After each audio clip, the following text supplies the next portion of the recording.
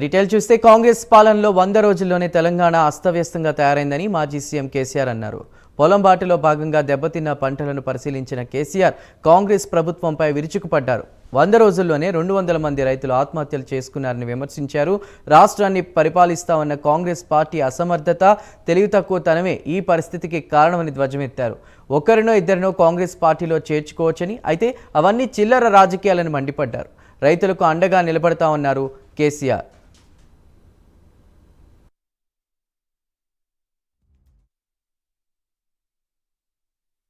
100 రోజులలో ఇంత అస్తవ్యస్తమైంది. దీని ఉన్న తమాషా ఏంది? కొత్తగా నడిపించేది ఏం లేదు, కొత్తగా మొదలు మోసేది లేదు, కట్టెలు కొట్టేది లేదు, కొత్తగా పెద్ద గడపరలు పెట్టి తవ్వేది లేదు. ఉన్న వ్యవస్థ ఉన్నట్టు జరిగించలేని అసమర్థత ఏంది, అశక్తత ఏంది? కట్టిన ఇల్లు పెట్టిన పోయి కదా, దాన్ని నడిపించే తెలివి కూడా లేకపోతే ఎట్లా?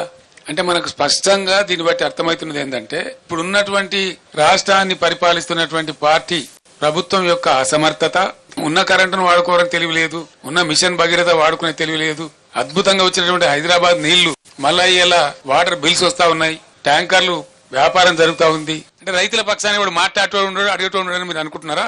అట్లా కాదు. బీఆర్ఎస్, నేను రైతులను ఒక్కటే చేతులెత్తి దండం పెట్టి చెప్తా ఉన్నా, ఆత్మహత్యలు చేసుకోకండి. మీ కేసీఆర్, మీ బీఆర్ఎస్ మీ పరంగా రణరంగమైన సృష్టిస్తుంది, యుద్ధం చేస్తుంది. ప్రధాన ప్రతిపక్షంగా మాకు బాధ్యత మీరు ఇచ్చినారు. మేము నిద్రపోము, ఊరుకోము.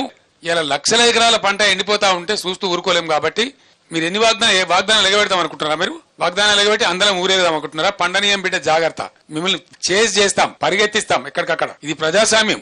ఇవాళ ముఖ్యమంత్రి గారు ఏం చెప్పిండండి? కేసీఆర్ కొత్త వరకు మాఫీ చేసిండు, ₹1,00,000 రుణం మీకు మాఫీ అయింది కాబట్టి ఉరుకును, మీరు బ్యాంకులకు పరిగెత్తుండ్రి. మీరు లగెత్తిపోయి మళ్ళీ 2 లక్షలు తెచ్చుకోండి. డిసెంబర్ 9 నాడు మొత్తం మాఫీ. డిసెంబర్ 9 ఎన్ని రోజులు అయిందండి? 4వ మాసం నడుస్తా ఉంది ప్రభుత్వం వచ్చి. ఈ డ్రామాలు కాదు కదా. When December 9 has gone, mister chief minister, where are you sleeping? I'm asking you. ఎప్పుడు పోయింది December 9? మీ ఇష్టం వచ్చిన సొల్లు పురాణం వాగ్దానాలు చేసి ప్రజలను గోల్మాల్ దింపి జస్ట్ 1.8% ఓట్లతో మీరు గట్టెక్కి మీరు ప్రభుత్వానికి వచ్చినారు. మిమ్మల్ని ఎట్లా వదిలిపెడతాం అనుకుంటారు? మేము తరుముతాం, ఇప్పుడు తరిమి కొడతాం, నిద్ర కూడా పోనీయం. ప్రధాన ప్రతిపక్ష 39 ఎమ్మెల్యేలను గెలిపించి మేమేం రౌట్ కాలే ఈ రాష్ట్రంలో.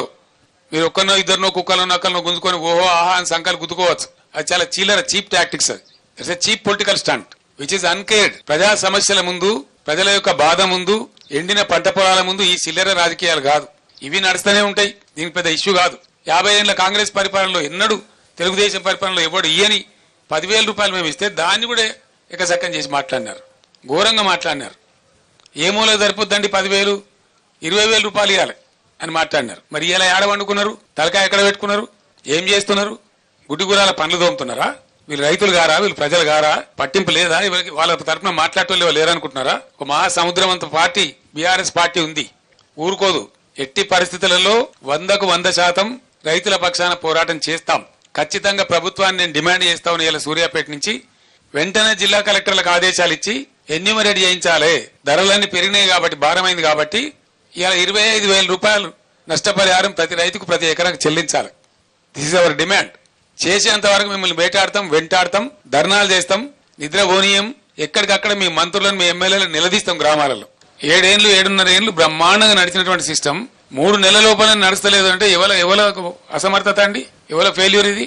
100కు 100% నేను ఆరోపిస్తున్నా ఇప్పుడు ఉన్నటువంటి అసమర్థ, అవివేక, తెలివి తక్కువ కాంగ్రెస్ పార్టీ యొక్క అసమర్థత, మరేం కాదు. వాళ్ళకి వాడుకోవస్తలేదు, వాళ్ళకి తెలివి లేదు పాపం. మేమన్నా టెక్నోక్రాట్స్ పెట్టి నడిపినాం, మాకు తెలివి లేక కాదు. పవర్ సిస్టమ్ లో మొత్తం IAS ఆఫీసర్లను తొలగించి 100% టెక్నోక్రాట్స్ పెట్టినాం. మేము ట్రాన్స్కో గానీ, జెన్కో గానీ, డిస్ట్రిబ్యూషన్ సిస్టమ్ లో గానీ 100% టెక్నోక్రాట్స్ పెట్టినాం. వాళ్ళ ఆధ్వర్యంలో నడిపినాం.